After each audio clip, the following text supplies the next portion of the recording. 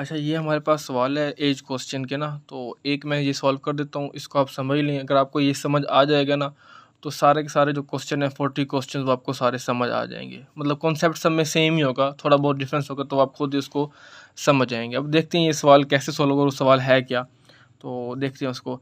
A boy is 10 years old than his brother. In 4 years he will be twice as his brother. Find the present age of each. एक लड़का है, ठीक है, जो कि 10 साल का है, ठीक है, ओल्ड देन हिज ब्रदर, और वो अपने ब्रदर से 10 साल बड़ा है। जितनी भी उसकी एज है ना, उसकी अपने भाई से 10 साल बड़ी है। पहले आपने सवाल को समझने, अगर आपको सवाल समझ आ गया इट मीन्स कि आपको क्वेश्चन ईजिली आप समझ जाओगे। 50% या 70% तो आपका आंसर वहीं पर निकल आता है। तो कह रहे हैं एक लड़का जो है वो अपने भाई से 10 साल बड़ा है।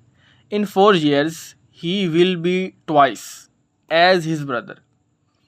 4 साल बाद उसकी जो एज होगी वो अपने भाई से डबल होगी। He will be twice age his brother, मतलब जो इसकी भाई की एज होगी उससे वो डबल होगा। मतलब अगर इसकी 5 है भाई की, तो उसकी 10 होगी, डबल होगी। Find the present age of age, और कह रहा है कि दोनों की जो प्रेजेंट एज है, भाई की कितनी है और उसकी जो ब्रदर है उसकी कितनी है, मतलब बॉय की कितनी है और ब्रदर की कितनी है, वो फाइंड करनी है। ये सवाल है। अब इसको हम सॉल्व करते हैं। वो कह रहे हैं a boy is 10 years old than his brother, कि एक बॉय जो है वो ब्रदर से 10 years ओल्ड है। पहले हम देख लेते हैं ब्रदर की एज, ब्रदर्स एज। अब हमें वो पता नहीं है, तो हम सपोज कर लेते हैं कि वो एक्स है, ठीक है, जो कि हमने फाइंड करनी है। तो ब्रदर की एज कितनी हो गई, एक्स हो गई। अब जो ब्रदर की एज है उससे जो है ना 10 गुना नहीं 10 साल ज़्यादा बॉय की एज है। तो बॉय की एज क्या बन जाएगी, boy's age is equal to 10 + x, ठीक है, 10x नहीं, 10 प्लस, क्योंकि 10 साल ज़्यादा है ना। Old 10 years old than his brother, ठीक है। तो ये हो जाएगा 10 + x। यहाँ तक समझ आ गई आपको कि ब्रदर की एज हमने सपोज कर लिया, एक्स हमें नहीं पता कितनी है, और हमें उसने ये कहा है कि उसके ब्रदर की एज से जो उसका भाई है वो 10 साल बड़ा है, तो हमने लिख लिया 10 + x। जो भी इसकी एज होगी उससे ये 10 साल बड़ा होगा। यहाँ तक हमारी इक्वेशन बन गई। ओके हो गया।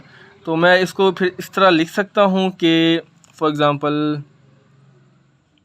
x is equal to 10 + x, क्योंकि मतलब जो भाई की एज है ना उससे वो 10 साल बड़ा है, तो इक्वल मैंने डाल दिया। अगर आप इसको समझना चाहें तो ये एक एक्स्ट्रा चीज़ है, अब इसको माइंड में रख लें। अच्छा, अब हम आते हैं आगे। इसको दफ़ा ना भी करें तो खैर है, चलो रहने दें इसको। यहाँ तक क्लियर है। ये एक चीज़ हमारे पास ये बन गई, ये बन गई। अब वो कह रहा है कि इन 4 years, मतलब 4 साल गुजर जाएंगे ना, 4 साल बाद ही विल बी ट्वाइस।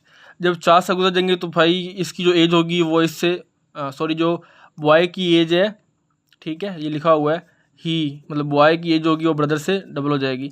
तो जब 4 साल गुजरेंगे तो 4 साल इसमें भी ऐड कर देंगे हम, ठीक है, और 4 साल इसमें भी हम ऐड कर देंगे, क्योंकि 4 साल गुजर गए हैं, तो जब इस पे ऐड होंगे तो दोनों पे ऐड हो जाएंगे। तो ये इक्वेशन बन जाएगी हमारे पास, ठीक है। इसको अगर सेपरेट लिखना चाहो तो सेपरेट भी लिख सकते हो, लाइक पहले यहाँ पे एक्स हो जाएगा, ठीक है, ब्रदर एज, और यहाँ पे जो बॉयज़ एज है वो 10 + x हो जाएगा, ठीक है। ये पुरानी और न्यू इक्वेशन ये बन जाएगी क्योंकि +4 हमने कर दिया, ठीक हो गया। अच्छा, अब हम इसको सॉल्व करते हैं। तो अब उसमें क्या है, उसने कहा है कि boy will be twice age his brother, कि जो बॉय है, ठीक है, वो क्या होगा, ट्वाइस होगा उसके ब्रदर से, ठीक है। तो ब्रदर क्यों क्या करेंगे, 2 से मल्टीप्लाई कर देंगे। बॉयज़ एज जो है वो twice age the age of brother, तो बॉय इज इक्वल टू हो जाएगा ट्वाइस और ये हो जाएगा ब्रदर, ठीक है, क्योंकि जो इसकी एज होगी ना, ठीक है, इसको 2 गुना करोगे तो फिर बॉय की एज बनेगी, ठीक है। तो ये इसका मतलब, ये अपने पॉइंट समझना है। ये कुछ कॉन्सेप्चुअल चीज़ अगर ये आपको समझ आ गया, बाकी चीज़ें आसान है। यहाँ तक क्लियर है। अच्छा, अब ये हमने यहाँ तक कर लिया। अब हम इसको सॉल्व करते हैं। यहाँ तक कोई चीज़ डाउट हो तो देख लीजिएगा। ये उसने कहा था ना he will be twice age his brother, कि जो बॉय है वो क्या होगा, ट्वाइस होगा ब्रदर से, मतलब ब्रदर का ट्वाइस करोगे तो उसकी एज बनेगी, ठीक है। मिसाल के तौर पर मैं कहता हूँ कि तुम्हारी एज 10 है, तो अगर इसकी बंदे की 5 है तो उसको ट्वाइस करोगे, ठीक है, तो ये एज बनेगी ना, ठीक है। उसके भाई की फॉर एग्जाम्पल 5, अगर इसको वो कह रहे हैं आप उसको ट्वाइस करोगे ना ब्रदर की एज को, हाँ ब्रदर की एज, तो फिर वो बॉय की एज बनेगी। तो इस हिसाब से हमने ये इक्वेशन बना ली। अब वैल्यूज़ पुट करनी और सॉल्व करना है। बॉय की एज हमने कहा कितनी बन गई थी, ये बन गई थी, ठीक है। इसको नाम दे लो ए का इक्वेशन का, इसको नाम दे लो बी का समझने के लिए। तो बॉयज़ एज ये बन गई है 10 + x + 4, 10 + x + 4, ये बॉय की वैल्यू पुट कर दी। और ये ब्रदर, ये 2 है ना, तो ये 2 वैसे रहा। और ब्रदर की एज कितनी बनी हमारे पास, वो बनी है x + 4, ठीक है, क्योंकि पहले x थी उसके बाद x + 4 बन गई थी, तो x + 4 पुट कर दिया।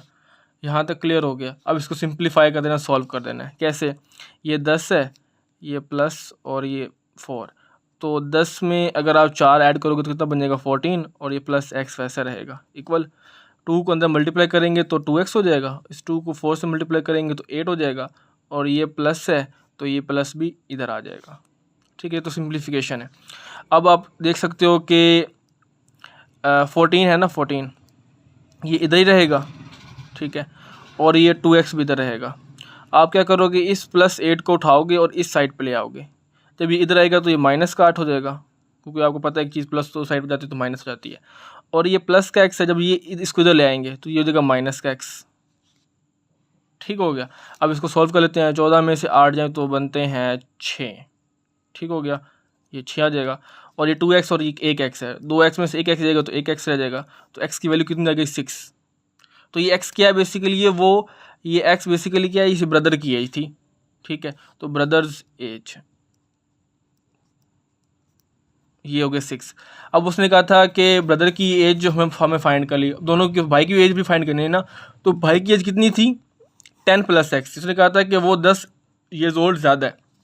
तो बॉयज़ एज ये है ना, तो 10 आ गया, प्लस x की वैल्यू कितनी निकली है 6, तो 6 डाल देंगे तो ये हो जाएगा 16, तो ये हो जाएगी बॉयज़ एज।